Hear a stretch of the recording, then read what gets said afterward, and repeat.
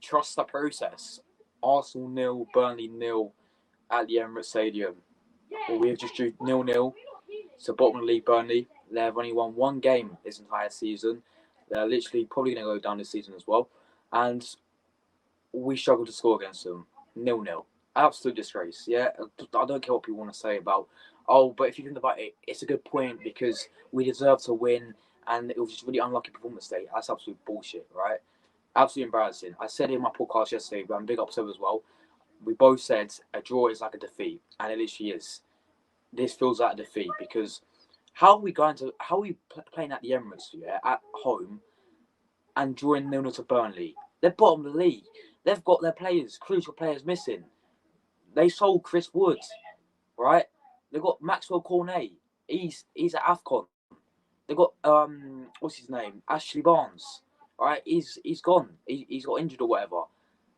And we let them just defend. We couldn't break them down. It was shocking. It was literally shocking. It was so dead. It was so flat and dead, especially in that first half. It was like we carried on how poor we played from that Liverpool performance into this game. It's against Burnley, they're bottom of the league, and we performed like that in that first half. Right, second half we probably had a rocket up our arse. We actually tried to do something, but the whole time it's out to Martinelli. We played the ball out to Martinelli, right? What's going on with my voice? So we played out to Martinelli, right? And then that was our game plan. Out to Martinelli, out to Saka, cross the ball in. It's not going to work against Burnley, is it? It can't work against Burnley when they put the bus and are really good defensively. And big up Burnley, big up Sean Dyche. They came to the Emirates and they had one plan only, and that was to fucking upset us, literally annoy us. And that's exactly what they did by defending really well. And at the end of the day, right, this manager is a fraud. I said it for so long. I've been on Terra for literally I've been on Terra since we lost him to Spurs, mate. I've stuck by that the whole time because, listen, a good run of games don't fool me. Right? We had 22 amazing games under Unai Emery, right? 22 unbeaten, by the way. This manager's never done that before in his Arsenal career, just to say.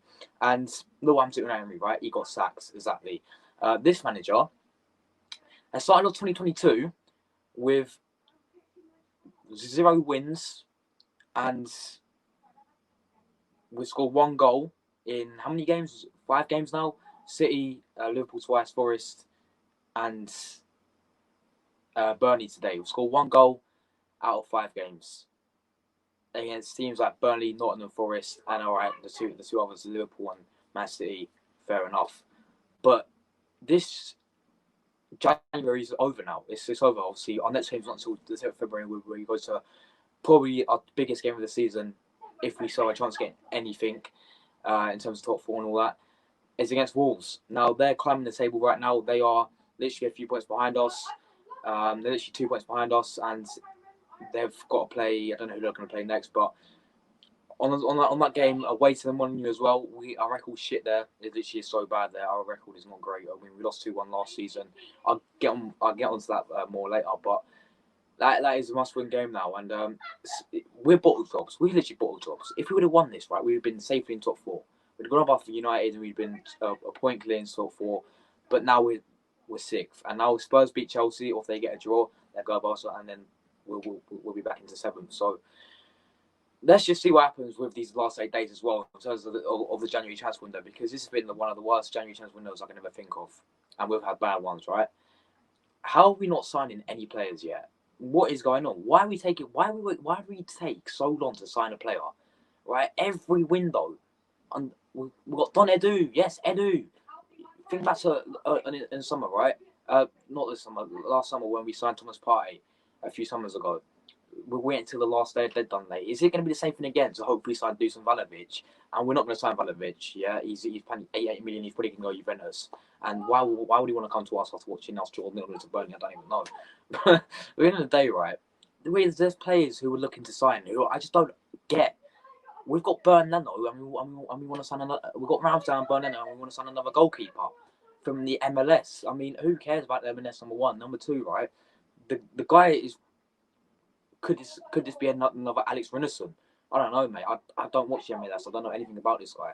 Why are we signing another goalkeeper? The only reason that I would say, okay, we need a new goalkeeper if Burnley leaves. But he's not going to leave. I don't think he's Onana is not going to leave. I don't know if he is. We have to wait and see.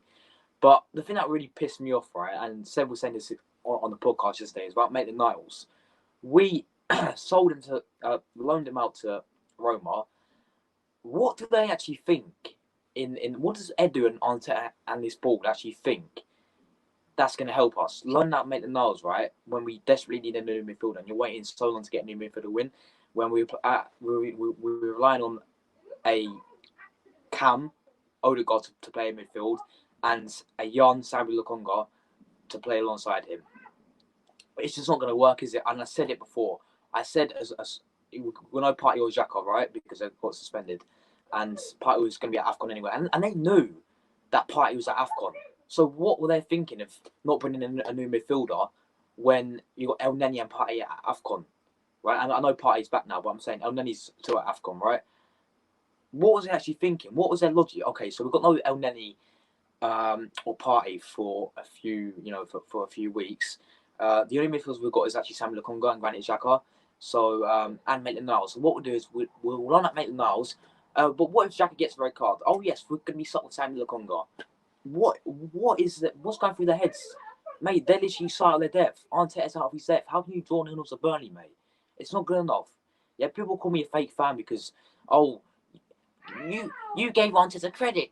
That means you've got to be Arteta in. This is what literally I got told the other day, right? Because I said Arteta was out of his depth once again after losing to Nottingham Forest, after losing to Liverpool, and I actually said to Arteta, what game was it? It was when we beat Norwich, Leeds.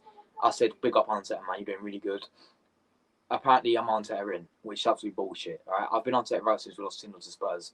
And as I said, guys, this is why I don't flip-flop. This is why I don't go 1 week Arteta in, 1 week Arteta out. Because I'm sticking to my decision until the end of the season. Because that is when you can fully decide what my opinion on this manager. And right now, it's been the same since December 2020. He's shit. Simple as that. He's actually shit.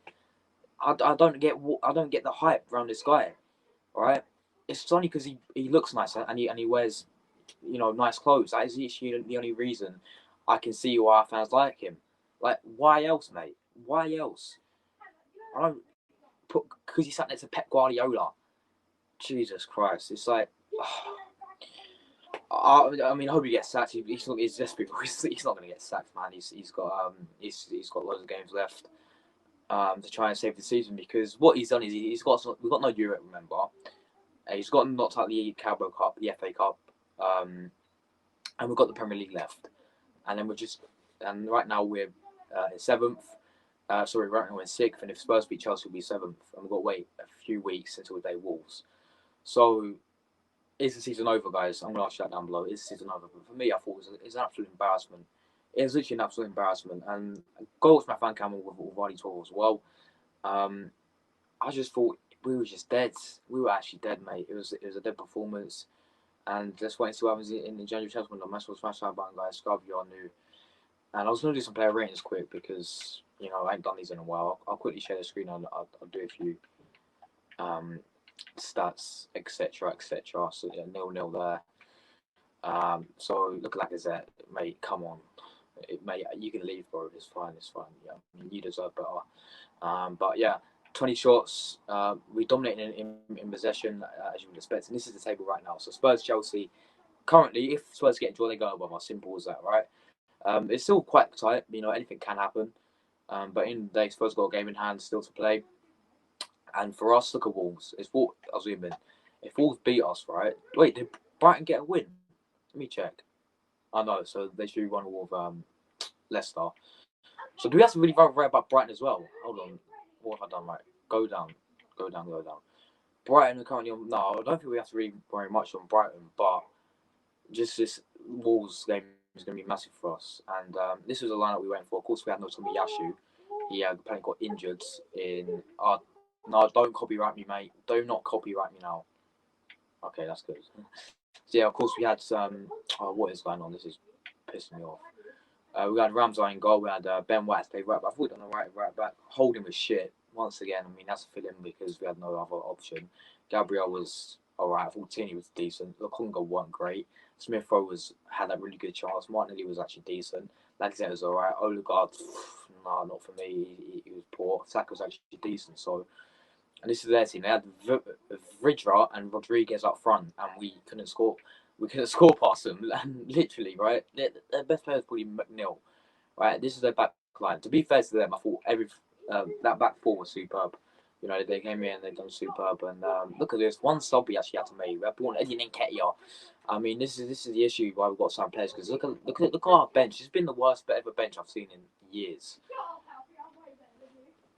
So yeah, thank you guys for watching. Obviously, it'll be a bit of a break now because we don't play until 10th February, which will soon come around. So there'll be a few transfer videos on transfer deadline day, of course, and of course there'll be a podcast coming and all that stuff. So yeah, shit performance. On to it, out. I'll see you guys in the next one.